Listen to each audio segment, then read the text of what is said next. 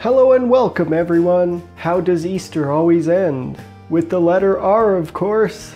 You'll have to excuse that awful Easter joke, but that pun really cracked me up. Today's recipe is an Easter staple, hot cross buns. Of course, these delicious sweet buns can be made and consumed at any time of the year. For today's recipe, you will need 4 1/4 cups of flour, 2 teaspoons of ground cinnamon, 2 teaspoons of ground allspice, 1 teaspoon of salt, 1 1/2 cups of milk, 1/2 cup of packed brown sugar, 1/4 cup of melted butter, 1 large egg at room temperature, 1 tablespoon of active dry yeast, plus 1 teaspoon of white sugar, 2 teaspoons of vanilla, 1 1/2 cups of raisins or other dried fruit if preferred, the zest of 1 orange or 1/4 cup of candied citrus peel. To make the crosses on top, you will need 1/4 cup of flour and 5 tablespoons of water. To glaze the buns after they come out of the oven, we're going to need 1 tablespoon of honey. This recipe can be done by hand or with the dough hook attachment on a stand mixer. I'll be using my stand mixer today. First, we're going to begin by blooming our yeast. Warm your milk in the microwave until it is between 100 and 110 degrees Fahrenheit.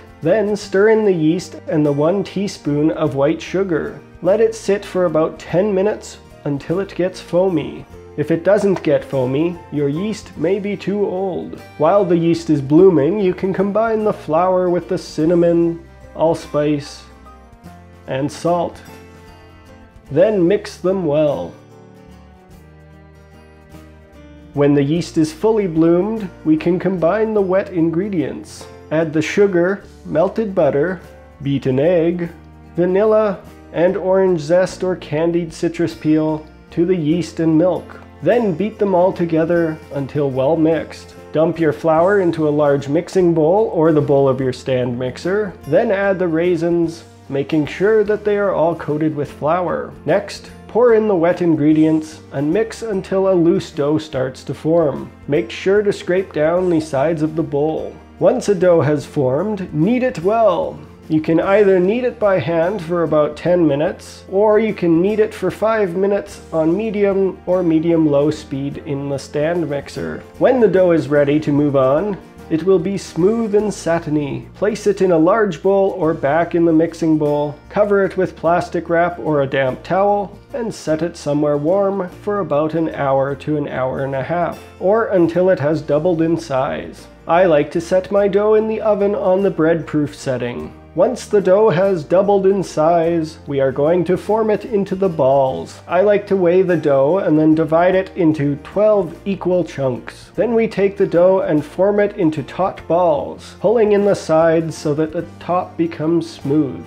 You can also roll it in between your hands on the table, like you would with pizza dough or the butter pan buns we've made previously. Once the bun is formed, place it on a baking sheet or in a 9 by 13 baking pan. Then repeat for the remaining balls. Place them on the tray or in the pan so that there is a little bit of room between them. Once again, cover them with plastic wrap or a damp towel and return them to the warm place for the final rise. Let them rise until they have grown in size by at least 3/4 and at most doubled. This takes about 30 to 45 minutes. Partway through the final rise, preheat your oven to 350 degrees Fahrenheit. Once the rise is finished, mix together the flour and the water for the crosses into a thick paste. Then, using a piping bag or Ziploc bag with the corner cut off, pipe the crosses onto the buns.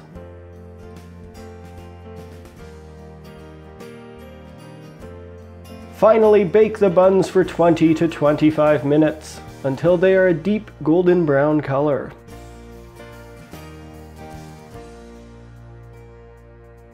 Just before the buns come out of the oven, prepare the glaze. Microwave the honey until it is hot and runny. Once the buns are baked, remove them from the oven and brush over the honey glaze. Let them cool in the pan for 5 to 10 minutes before moving them to a cooling rack. These buns are best eaten within a day or 2. Here we have the finished hot cross buns. These sweet buns are simple to make and a wonderful treat at Easter or any other time of the year. They also freeze well and can be reheated in the microwave.